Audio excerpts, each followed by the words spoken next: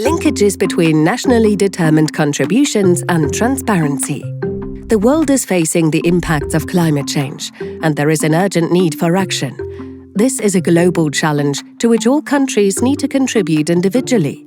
Nationally determined contributions, NDCs, represent the main vehicle for countries to achieve national climate change mitigation and adaptation targets and contribute to the goal of the Paris Agreement to limit global temperature rise to 1.5 degrees Celsius. But how do we act coherently to achieve a unified goal when NDCs are nationally determined and, as such, include very diverse types of goals? Enter climate transparency. Transparency enables the tracking and comparability of climate action and support and the assessment of collective progress in achieving this global goal.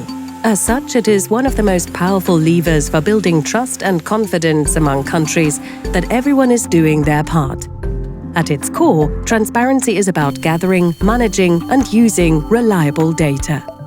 Reporting information to the international community for the tracking of individual implementation and of collective progress through the global stocktake every 5 years is one of its uses. But access to good data is also an essential ingredient for countries to design, define, implement, and update ambitious yet realistic targets, policies, and measures. In this sense, transparency and NDCs are deeply intertwined, whereby the implementation of climate actions in the NDCs provides data for transparency, and its analysis guides more ambitious climate action. Far from being a reporting burden on countries, transparency functions as the backbone for the effective implementation of climate action.